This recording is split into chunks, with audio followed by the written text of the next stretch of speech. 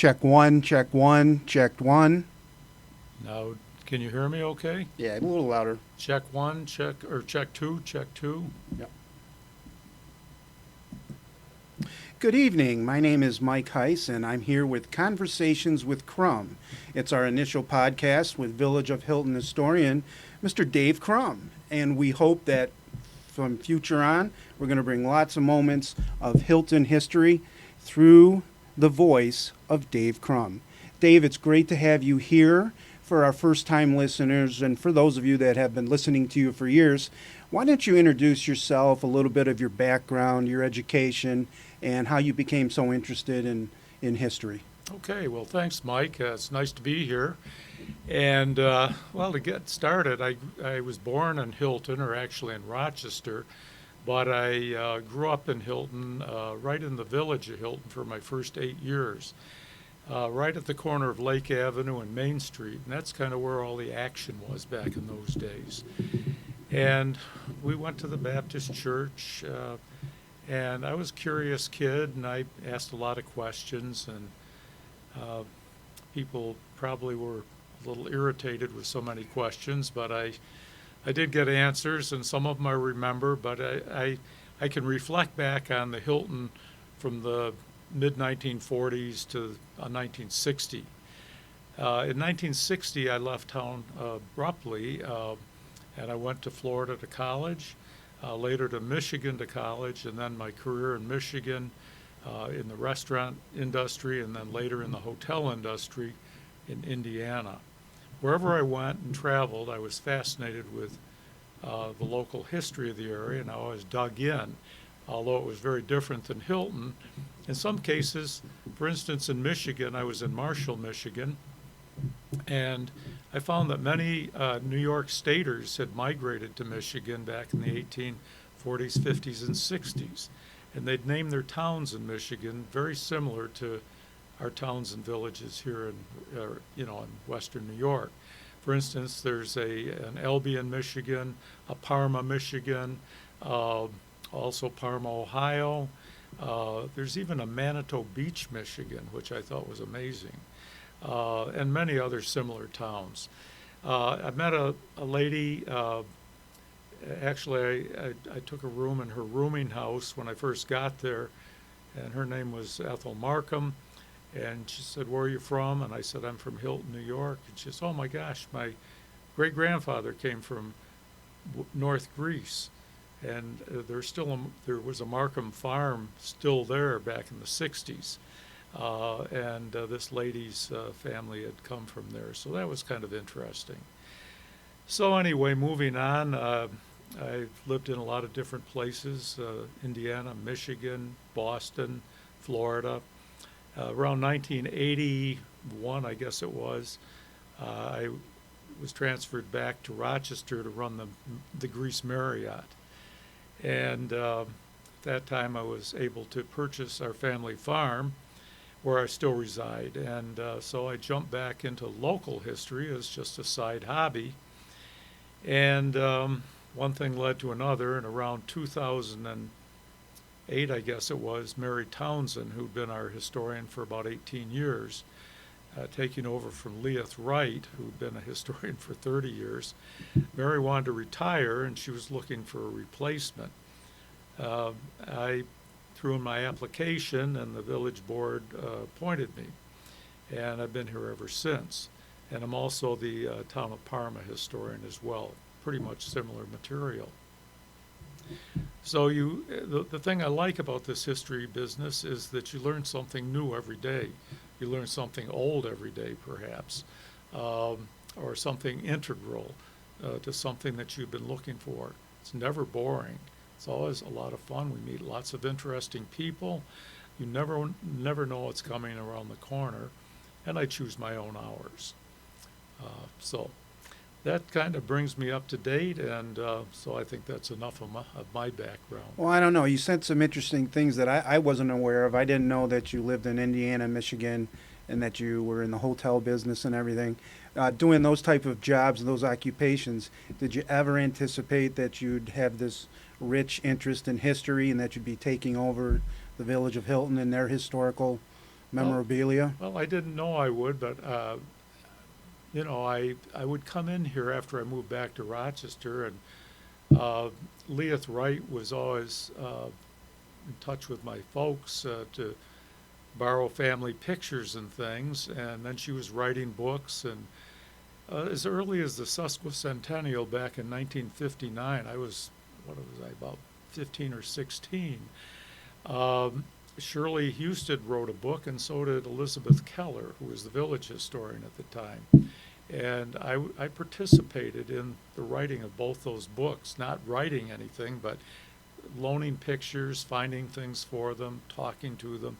And both of them gave me credits at that time, which I didn't think much about at the time, but looking back, I'm thinking, gee, I really was involved at that point.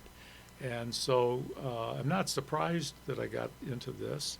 A lot of people think, who'd want to do this kind of a job? But I could say anybody who's interested in history, in retirement, I wouldn't want to try to tackle it while I was in the hotel business. We were working 24/7, and it was a crazy, fun business, but no time for history.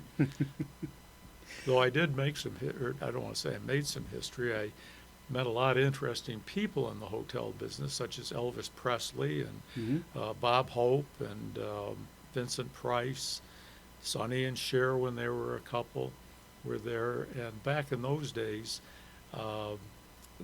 they loved to have you take your picture with them and so forth. So I have pictures from those times, and so that, looking back, is kind of fun. It happened so fast I didn't think too much about it, but now reflecting, it was a special time. Well, I can already tell in our first 5 minutes here that we have enough topics for future podcasts just to delve into the initial history that you've had. A lot of that stuff I wasn't aware of, and I know listeners would be really, really super interested in all that background that you have. You're quite a humble man. The few times that I've met you, you don't like to speak about yourself. You like to speak about the history of Hilton. And when we got together and talked about doing these podcasts, you had recommended some topics that you would like to hit on and focus in on the village of Hilton. And one of the ones that we wanted to start off with was the Underground Railroad. Yeah, I think that's a good starting place because everybody's sort of interested in that. It's very current in today's news. I just found an article in the Rochester Democrat from a couple of weeks ago, not about Parma, but Binghamton Trail to honor Harriet Tubman, anti-slavery leaders. And they're putting up a historical marker down there. So it's an interesting article. I'm going to file it in our Underground Railroad file. But here in Parma, there were a lot of abolitionists. An abolitionist was a person committed to abolishing slavery as it stood. It's a very complicated topic. I'll try to make it as cogent as possible. First of all, to participate in the Underground Railroad was totally against the law. You were breaking the law. The Fugitive Slave Act of 1850, I believe, took place, and at that time they made it a federal crime to participate in aiding and abetting escaping slaves trying to get to Canada. And so not everybody was inclined to participate. A lot of people believed that it was a bad thing and kind of wanted to, but their better judgment said no. But there were people that said, this is so bad, we're going to do what we have to do to aid and abet the fugitives coming through. And there were quite a number of people in Parma. Now, these aren't necessarily documented by legal, like census records or anything like that. It came down in folklore, and that's our documentation. But in 1865, after the Civil War, people were pretty burned out. They were pretty sad. Many people had lost children, sons and brothers and so forth in the war. It was a very dark and dreary and sad time. A lot of people were in black. Things were quiet. Not a lot of talk about the Underground Railroad. But Following the Civil War in the 1870s, there was a lot of prosperity, and that continued into the 1880s.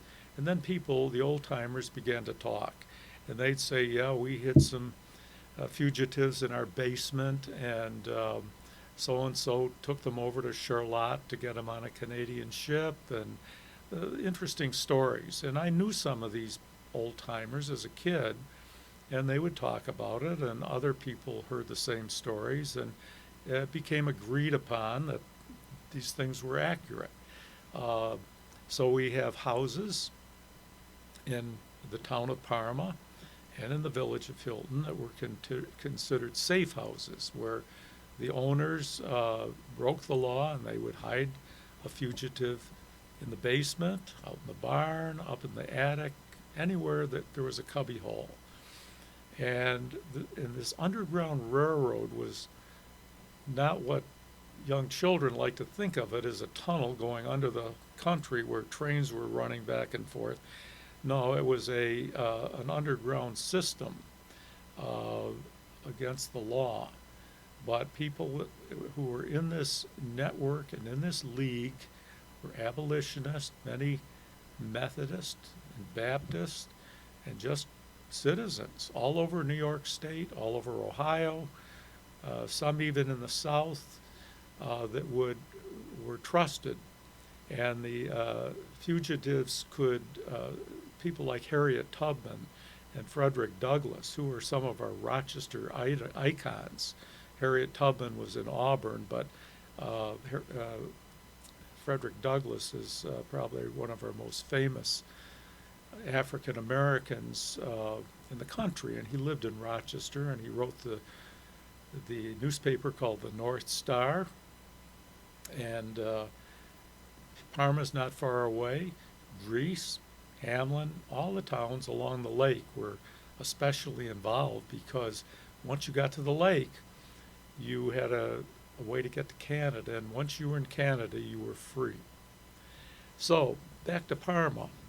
One of our most documented stops is the Chase Flack Wyatt cobblestone house on Manitou Road, which is just opposite Ladder Road. And that house was owned by Isaac Chase and his wife, and they were committed abolitionists. And Isaac Chase, believe it or not, was the supervisor of the town of Parma at one time.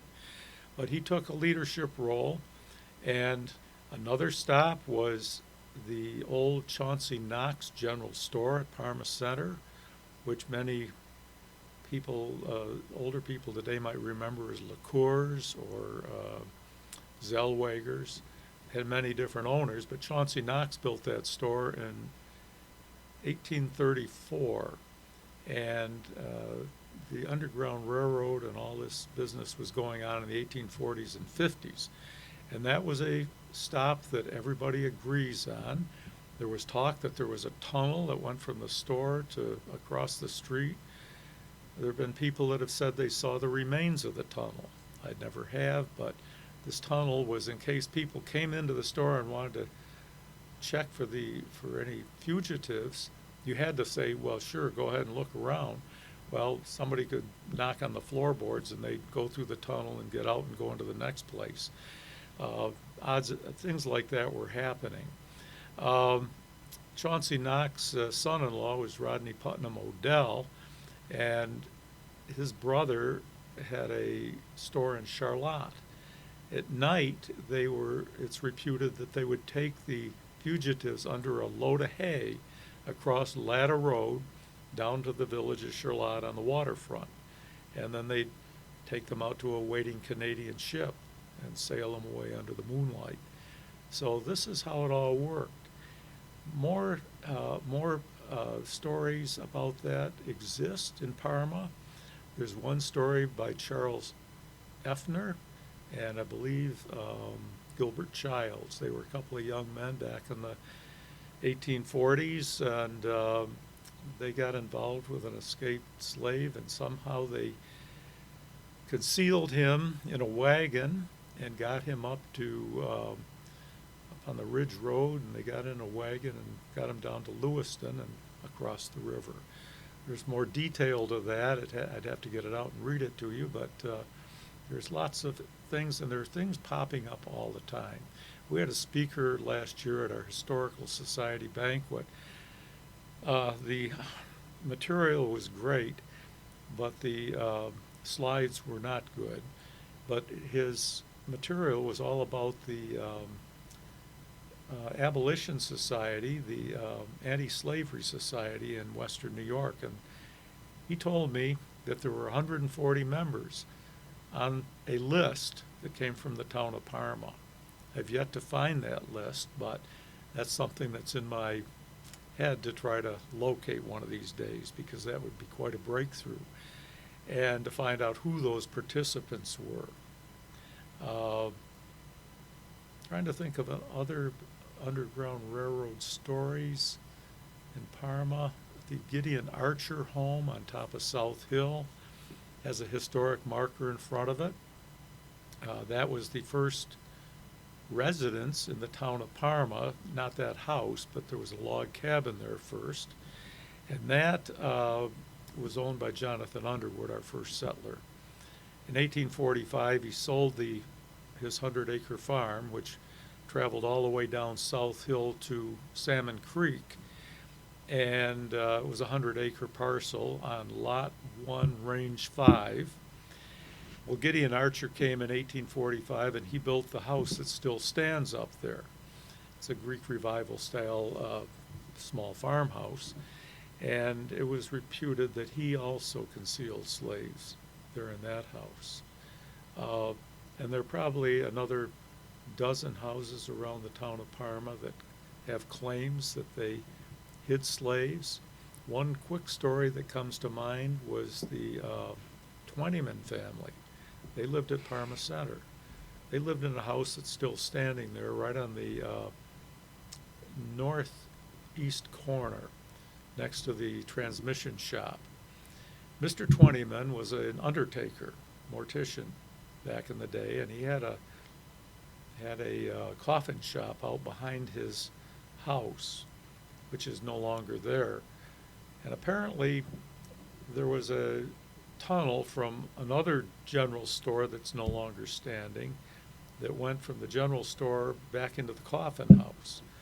And they say they used to hide the fugitives in the caskets. And then they would ship them away and somehow do that. But that's a story that's been passed along for 100 years. The Twentymans told it. I first heard it back in the 1950s. Shirley Houston has written about it. Just lots and lots of interesting things. It's great discussion. One last parting note that I'll add is that we are going to honor one of the participants in the Underground, whom I've not mentioned at the moment. His name is Walter Vond. And our first African-American family in Parma, on record, was the Vond family. Walter's father was Nero Vond, who had been a slave. He came from Vermont, according to the census. We don't know anything about his past, and nor do his Vond descendants know anything, but we do know where they lived, on North Avenue. It's the location where the Edward Misma house once stood. The house burned down in the 1960s. A new house has been built at the location. But Walter was one of 6 sons, and I think there was one daughter, of Nero and Mary Vond. And he stayed with his mother and sister throughout his life. He never married.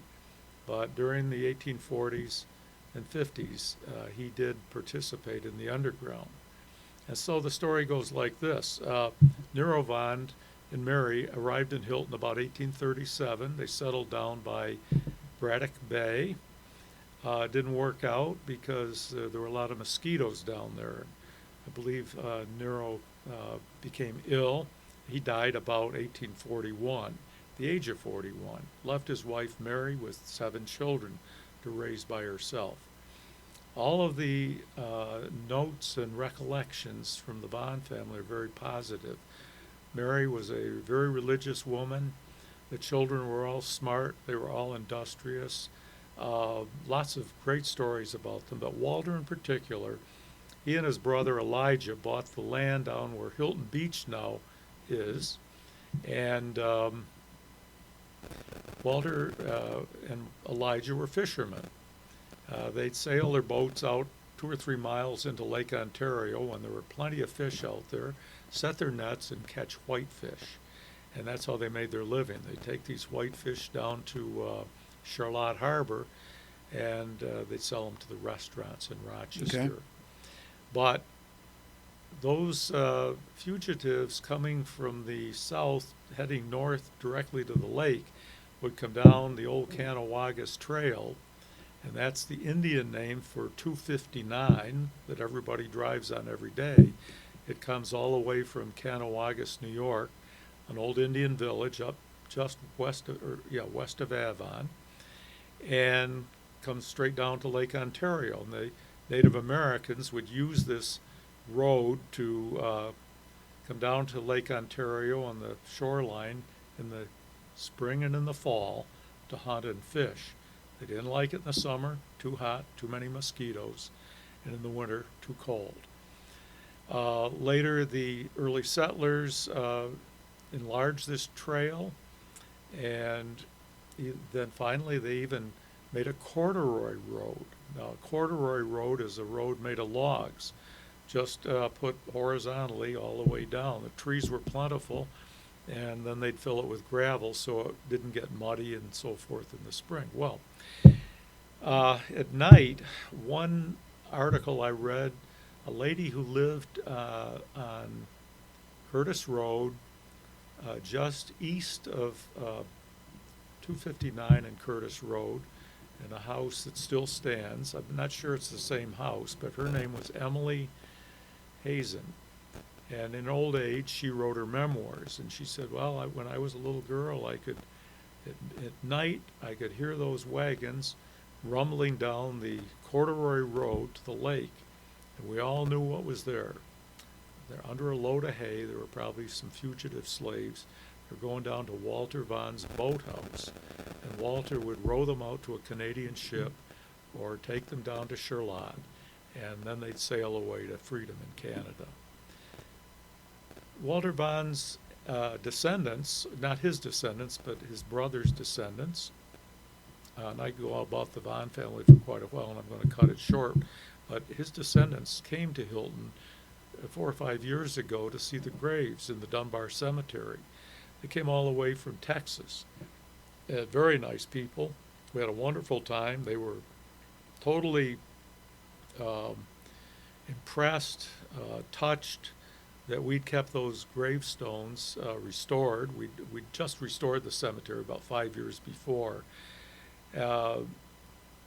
Lonnie Wilson was the great-great-granddaughter, and she was very emotional when she saw how nicely those stones looked, made all that restoration effort worthwhile. Well, this year we proposed a historical marker to be placed down at the end of Route 259 to honor Walter Vaughn. It's long overdue, but hopefully it'll be here in June or July, and we're even thinking of possibly making that little postage stamp size grass green just in front of the lake, Walter Vaughn Park, complete with a bench. Nothing has been established for that, but the sign will definitely go up. And in conversing with the Wilsons, they want to be able to come up for the unveiling all the way from Texas. So it'll be a very enjoyable event when that takes place. Well, I think that pretty well completes my off-the-cuff reminiscences of the Underground Railroad, Mike, Okay.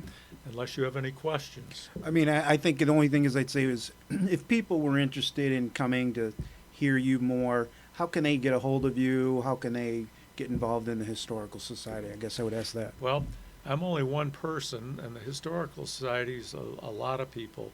I would say if they'd like to drop in on Wednesday night, we have just sort of a very, how do I call it, a quiet, or not a quiet, but it's a a simple open house. We just sit around a table up here and chit-chat and ask questions.